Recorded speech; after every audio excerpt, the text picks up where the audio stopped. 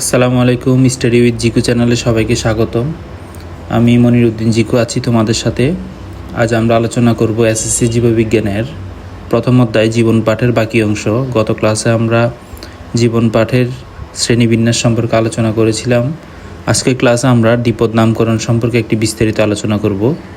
আশা করছি এই দুটি ক্লাসের পর তোমাদের আর প্রথম অধ্যায় জীবন পাঠ নিয়ে কোনো রকমের কনফিউশন থাকবে না। চলো শুরু করা যাক। আমাদের আজকের টপিকটি হচ্ছে দ্বিপদ নামকরণ পদ্ধতি বা দ্বিপদ নামকরণ কি। একটি জীবের বৈজ্ঞানিক নাম দুটি অংশ বা পদ দ্বারা গঠিত। প্রথম অংশটিকে বলা হয় গণ এবং দ্বিতীয় অংশটিকে বলা হয় প্রজাতি। দেখো, আমরা যদি দেখি, প্রথমে গোল আলুর বৈজ্ঞানিক নাম হচ্ছে সোলাইনাম টিউবারিজম। এখানে সোলাইনাম হচ্ছে গোল আলুর গণের নাম এবং টিউবারিজম হচ্ছে গোল আলুর প্রজাতির নাম। এরূপ দুটি পদ দিয়ে গঠিত নামকেই মেনলি দ্বিপদ নাম বলে। আর এই দ্বিপদ নামকরণের কিছু সুনির্দিষ্ট পদ্ধতি রয়েছে, এগুলোকে বলা হয় দ্বিপদ নামকরণ পদ্ধতি। দেখো, আন্তর্জাতিকভাবে কিছু সুনির্দিষ্ট নিয়ম নীতি রয়েছে দ্বিপদ নামকরণের ক্ষেত্রে, অর্থাৎ বৈজ্ঞানিক নাম নির্ধারণের ক্ষেত্রে। উদ্ভিদের নাম আসলে international code of botanical nomenclature অর্থাৎ ICBN কর্তৃক স্বীকৃতি দেওয়া হয়, এবং প্রাণীর নাম international code of zoological nomenclature অর্থাৎ ICZN কর্তৃক স্বীকৃতি দেওয়া হয়। দেখো, 1753 সালে সুইডিশ বিজ্ঞানী ক্যারোলাস লিনিয়াস স্পেসিস প্ল্যান্টারাম নামক একটি বই লিখেন, যেখানে তিনি মেনলি দ্বিপদ নামকরণ পদ্ধতি প্রবর্তন করেন, আলোচনা করেন। এখানে দ্বিপদ নামকরণের পদ্ধতিগুলো যদি আমি বলি, প্রথমত দ্বিপদ নামকরণ ল্যাটিন ভাষায় বা ল্যাটিন ভাষার মতো করে উপস্থাপন করতে হবে। আমরা জানি ল্যাটিন ওয়ার্ড হচ্ছে একটু বাঁকা বাঁকা হয়, ইত্যালিক টাইপের। তো দ্বিপদ নামকরণগুলো একটু ইত্যালিকভাবে লিখতে হবে, অর্থাৎ দ্বিপদ নামকরণ তাহলে ল্যাটিন ভাষায় কিংবা ল্যাটিন ভাষার মতো করে উপস্থাপন করতে হবে। এবং দ্বিপদ নামকরণের ক্ষেত্রে দুটি অংশ থাকবে, অর্থাৎ বৈজ্ঞানিক নামের দুটি অংশ থাকবে।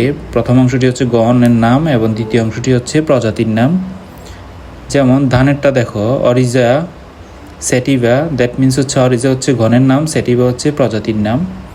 অথবা যদি আরেকটি দেখি, রুই মাছের বৈজ্ঞানিক নাম ল্যাবিও রোহিতা। এখানে ল্যাবিও হচ্ছে গণের নাম এবং রোহিতা হচ্ছে প্রজাতির নাম। আশা করি সবাই বুঝতে পেরেছ।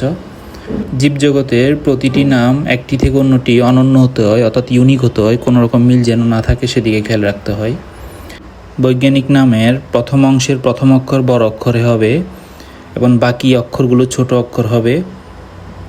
আর দ্বিতীয় অংশের প্রথম অক্ষর ছোট অক্ষর দিয়ে শুরু হবে। যেমন পাটেরটা দেখো, কর্কোরাস ক্যাপসুলারিস, এখানে কর্কোরাস এর প্রথম লেটারটি বড় হাতের লিখা এবং পরবর্তী অংশের প্রথম অক্ষরটি স্মল লেটারে লিখা। এবং যদি পেঁয়াজেরটা আমরা দেখি, এলিয়াম কেপা, এখানে ফার্স্টের লেটারটি হচ্ছে প্রথম অংশের বড় হাতের এবং বাকি সব কিছু ছোট হাতের, এটি খেয়াল রাখতে হবে। সিংহটা যদি দেখো, প্যান্থারা লিও।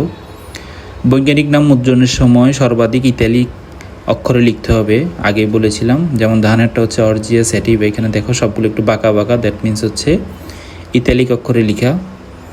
হাতের লেখার সময় গণ ও প্রজাতিক নামের নিচে সবসময় আন্ডারলাইন দিতে হবে, অর্থাৎ আলাদা আলাদা দাগ দিতে হবে।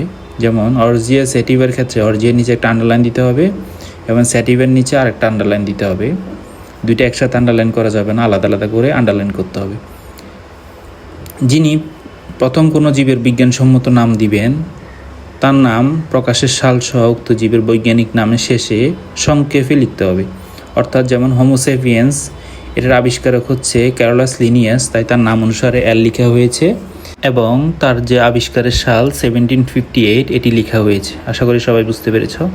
এখানে বেশ কয়েকটি জীবের বৈজ্ঞানিক নাম অর্থাৎ দ্বিপদ নামকরণ করা হয়েছে। দেখো, যেমন আমেরটা হচ্ছে ম্যাগনিফেরা ইন্ডিকা, কাঁঠালেরটা হচ্ছে আর্টোকার্পাস হেটারোফাইলাস, শাপলারটা হচ্ছে নিমফিয়া নৌসালি, জবারটা হচ্ছে হিবিস্কাস রোজাসিনেসিস, কলেরা জীবাণুটা হচ্ছে ভাইব্রিও কলেরাই।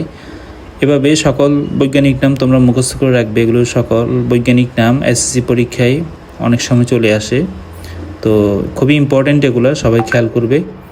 আশা করি আমার ক্লাসটি বুঝতে পেরেছো সবাই। পরবর্তী ভিডিওর জন্য আমার চ্যানেলটি ভালো লাগলে লাইক দিবে এবং তোমার বন্ধুদের সাথে ভিডিওটি শেয়ার করবে। আসসালামু আলাইকুম।